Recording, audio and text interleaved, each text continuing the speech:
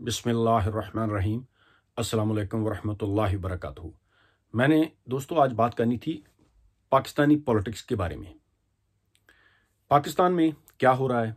पिछले काफ़ी अरसा से आपने एक बाज़गश्त सुनी होगी कि पाकिस्तानी जो करप्ट सियासतदान हैं वो NRO मांग रहे हैं। यानी वो चाहते हैं कि हुकूमत और एस्टेब्लिशमेंट हमारे साथ मुकमका कर ले, हमें माफ़ कर दे, हमारे जो करप्शन के मनी लॉन्ड्रिंग के केसेस हैं उनमें हमें रिलीफ दे दिया जाए। हमारे साथ जैसे पिछले दौर में होता रहा है पाकिस्तान में कि पार्टियां जो हैं ये मुस्लिम लीग नून और पाकिस्तान पीपल्स पार्टी ये ऊपर से एक दूसरे के साथ झगड़ा करती रही हैं, एक दूसरे पर इल्ज़ामात लगाती रही हैं, एक दूसरे को करप्ट कहती रही हैं और वक्त आने पर इन्होंने एक दूसरे के खिलाफ कोई भी सीरियस एक्शन नहीं लिया। और जनरल परवेज़ मुशर्रफ के दौर में नवाज शरीफ को भी NRO दिया गया और जरदारी साहब को भी NRO दे दिया गया। उसका नुकसान पाकिस्तान को ये हुआ कि पाकिस्तान का जो कर्जा था वो 6,000 अरब डॉलर से बढ़कर तकरीबन 30-32 हज़ार अरब डॉलर तक पहुंच गया। पाकिस्तान में गुर्बत है, लोग तलीम याफ्ता नहीं हैं ज़्यादा, पाकिस्तान में हेल्थ के इश्यूज़ हैं, पाकिस्तान में स्कूल कॉलेजेस यूनिवर्सिटीज़ ज़्यादा नहीं हैं, लोगों के पास ज़्यादा रोज़गार नहीं है।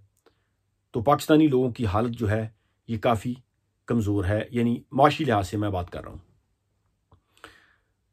लेकिन कुछ तबका ऐसा है कि जिन्होंने पाकिस्तान के वसाइल को लूटा, मनी लॉन्ड्रिंग के ज़रिए, करप्शन के ज़रिए पाकिस्तान के वसाइल को लूट कर उन्होंने अपने असासा जात बैरून मुल्क बनाए।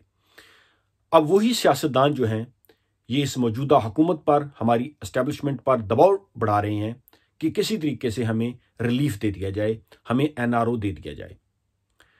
दोस्तों, मैं बात ये करना चाहता हूं कि काश कोई ऐसा NRO पाकिस्तान के गरीबों को भी दे दे। ये NRO ये अमीरों को ही क्यों मिलता है, ये इन करप्ट सियासतदानों को ही क्यों मिलता है। पाकिस्तान में गुर्बत है, महंगाई है, क्या हमने पाकिस्तान को ऐसे ही चलाना है। और मैं एक बात बहुत सीधी सी करता हूं, those powerful Pakistani peoples who protect corrupt politicians are responsible for Pakistan's downfall। जो कोई भी इन करप्ट सियासतदानों को दोबारा NRO देगा वो पाकिस्तान के साथ गद्दारी करेगा, वो पाकिस्तान को तबाह करेगा, क्योंकि दुनिया चेंज हो चुकी है। दुनिया में अब हालात वो नहीं रहे, ये 30-40 साल पहले वाली दुनिया नहीं है। एक आदमी काम करता था, घर में 8-10 जी जो हैं अफराद जो हैं वो बैठकर खा लेते थे। आज घर का हर फर्द काम कर रहा है लेकिन फिर भी आपके अखराजात जो हैं ये पूरे नहीं हो रहे। पाकिस्तान एक और NRO का मुतहम्मिल नहीं हो सकता। ये करप्ट फैमिलीज जो पाकिस्तान पिछले 35-40 सालों से पाकिस्तान में बारी बारी इक़्तिदार में आती रही हैं, इनको आप देखें, इनके ड्राइवरों के नाम पर, इनके मुलाजमों के नाम पर अरबों रुपए की करप्शन हुई है, अरबों रुपए की टीटीज आती रही हैं। 15-20 हज़ार का मुलाजम है, उसके अकाउंट में अरबों रुपया आ रहा है, कोई पूछने वाला नहीं। और ये करप्ट माफियाज जो हैं अब ये हुकूमत पर, मिलिट्री एस्टेब्लिशमेंट पर दबाव डाल रहे हैं कि किसी तरीके से हमें मुल्क से जाने दिया जाए, हमारे केसेस ख़त्म कर दिए जाएं, हमें वापस पावर में ले आया जाए। लेकिन अब पाकिस्तानी कौम जो है वो जाग चुकी है, वो ऐसा नहीं होने देगी।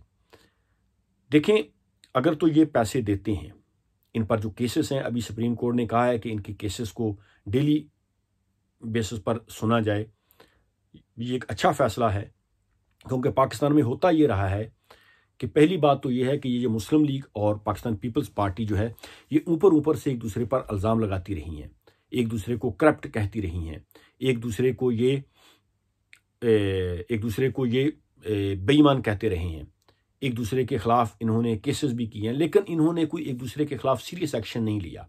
इनका मुकमका था कि एक बार तुम मरकज़ में आओगे और हम सूबे में रहेंगे, दूसरी बार तुम सूबे में रहोगे, हम मरकज़ में आ जाएंगे। तो इसी तरह इन्होंने जो मसाके जमहूरियत के नाम से एक डील कर रखी थी, लेकिन अल्लाह ताला को कुछ और मंजूर था। अब ये जो नई हुकूमत आई है, इसमें भी बिलाशुबा करप्ट अनासर मौजूद हैं, लेकिन पाकिस्तान की हिस्ट्री में पहली बार जो है ये एहतसाब का अमल जो है ये तेज़ हुआ है। बड़े बड़े जो माफियाज हैं उनको पकड़ा जा रहा है।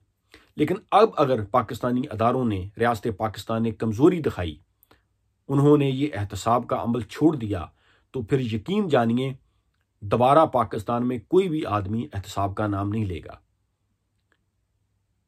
पाकिस्तान तबाह बर्बाद हो जाएगा। और अगर अब किसी ने इस स्टेज पर इन करप्ट माफियाज को जाने दिया, इनको एनआरओ दे दिया, इनके साथ रैत बरती, इनके खिलाफ सीरियस एक्शन ना लिया, इनके केसेस को अधूरा छोड़ दिया, तो यकीन जानिए वो कोई भी अदारा हो, वो पाकिस्तान के साथ गद्दारी करेगा, पाकिस्तान के लोगों के साथ वो नाइंसाफ़ी करेगा। और नाइंसाफ़ी अल्लाह ताला को सख्त नापसंद है। हमारे मुल्क में बाज़ ऐसे मकामात हैं जहाँ पर लोगों को पीने का साफ़ पानी नहीं मिलता, तालीम की जो हमारे स्कूल्स, प्राइमरी तालीम की सहूलत भी मौजूद नहीं है, लोगों के पास मेडिकल की सहूलतें मौजूद नहीं हैं। और ये करप्ट सियासतदान जो हैं, इन्होंने अरबों रुपए की करप्शन करके मुल्क का पैसा लूट कर, मुल्क के वसाइल को लूट कर ये बैरून मुल्क ले गए हैं। इन्होंने अपने ख़ानदानों को तो मल्टी बिलियनियर कर लिया है, लेकिन पाकिस्तान के गरीबों की हालत देखें। वो ज़कात पर, चंदे खैरात पर बाज़ लोग जो हैं वो अपना गुजारा कर रहे हैं। होना तो ये चाहिए था कि जितना पैसा भी हमारे मुल्क से मनी लॉन्डर होकर दूसरे मुल्कों में गया है, उस पैसे से पाकिस्तान में इंडस्ट्री लगती, लोगों को रोज़गार मिलता, पाकिस्तान में तालीम की सहूलतें दी जाती, पाकिस्तान में हेल्थ की सहूलतें दी जाती, पाकिस्तान में रोड्स बनते, पाकिस्तान में लोगों को रोज़गार मुयस्सर आता, पाकिस्तान खुशहाल होता। ये जो पाकिस्तानी दूसरे मुल्कों में जाकर धक्के खा रहे हैं, वो पाकिस्तान के अंदर रहते, पाकिस्तान के अंदर काम करते, लेकिन अनफॉर्चुनेटली हमारे अदारों की गलतियां भी हैं। करप्ट सियासतदानों ने जो मुल्क को लूटा, उन्होंने पाकिस्तान को आगे नहीं जाने दिया। अब जैसा भी है ये एहतसाब जो हो रहा है, पाकिस्तानी अदारों को अब पीछे नहीं हटना चाहिए, कमज़ोरी नहीं दिखानी चाहिए। पाकिस्तानी अदारों को स्ट्रांगली एक्शन लेना चाहिए इन करप्ट माफियाज के खिलाफ। पहले तो ये होता रहा है कि पाकिस्तान में जब भी कोई केस होता था इन करप्ट माफियाज के खिलाफ, ये डिलेइंग टैक्ट्स इस्तेमाल करते हैं, यानी अपने केसों को लंबा करते रहते हैं। कभी बीमारी का बहाना बनाकर, आज फलां गवाह नहीं आया, आज फलां रेफरेंस दायर नहीं हो सका, आज वकील छुट्टी पे चला गया, आज जज छुट्टी पे चला गया। इसी तरह ये सालों साल केसों को लमकाते रहते थे, उनको लटकाते रहते थे, और उस दौरान हुकूमत चेंज हो जाती थी, वो सारी चीज़ें जो हैं वो पसे पर्दा चली जाती थी। यही कुछ होता रहा है। देखें, इंसाफ में तखीर इंसाफ का कत्ल है, फ़ौरन इंसाफ मिलना चाहिए। ये जो करप्ट माफियाज हैं जिन्होंने पाकिस्तान को इस नहज पर जो ले आए हैं, इनके खिलाफ जो केसेस हैं, यानी जो बड़े करप्ट लोग हैं, उनके केसेस को डेली सुनना चाहिए, डेली की बुनियादों पर उनके केसों का फैसला होना चाहिए और उनको सजा मिलनी चाहिए। ये गंद साफ किए बगैर हमारा मुआशरा आगे नहीं जा सकता। अब वो दौर नहीं रहा, एक इंसिडेंट होता है सोशल मीडिया के जरिए पूरी दुनिया में वो मिनटों सेकंडों में लोग देख लेते हैं। अगर अब पाकिस्तानी अदारों ने कमज़ोरी दिखाई तो यकीन जानिए पाकिस्तान की अवाम का अपने अदारों से एतबार ख़त्म हो जाएगा। पाकिस्तान के लोग जो हैं वो अफवाज पाकिस्तान पर भी भरोसा उनका ख़त्म हो जाएगा। और खुदा न खास्ता अगर ऐसा हो गया तो पाकिस्तान ये लिबिया, शाम, फ़लस्तीन जैसा मुल्क बन जाएगा। मुहिब वतन पाकिस्तानी अपनी अफवाज पाकिस्तान के साथ खड़े हैं। अफवाज पाकिस्तान हमारा फ़ख्र है। लोग अफवाज पाकिस्तान के साथ शाना बिशाना जहाद करने को अपने लिए एक शान समझते हैं। अफवाज पाकिस्तान के साथ हमारा प्यार, हमारी मोहब्बत कोई भी ख़त्म नहीं कर सकता। लेकिन अगर अब हमारी एस्टेब्लिशमेंट ने इन करप्ट माफियाज को जाने दिया, इनके खिलाफ सीरियस एक्शन ना लिया तो यकीन जानिए कि पाकिस्तान का अपने अदारों से एतबार, पाकिस्तानी अवाम का अपने अदारों से एतबार ख़त्म हो जाएगा। लोग कहेंगे कि फिर तो हर ये जो गलत काम होता है इसके पीछे हमारी एस्टैब्लिशमेंट का ही हाथ है। एस्टैब्लिशमेंट पहले सियासतदानों के साथ मिलकर मुल्क को नोचती है, खाती है, अपना हिस्सा वसूल करती है और फिर इन सियासतदानों को वो सजा भी नहीं होने देती। तो अब हम जिस स्टेज पर पहुंच चुके हैं, अब बैक हम नहीं जा सकते।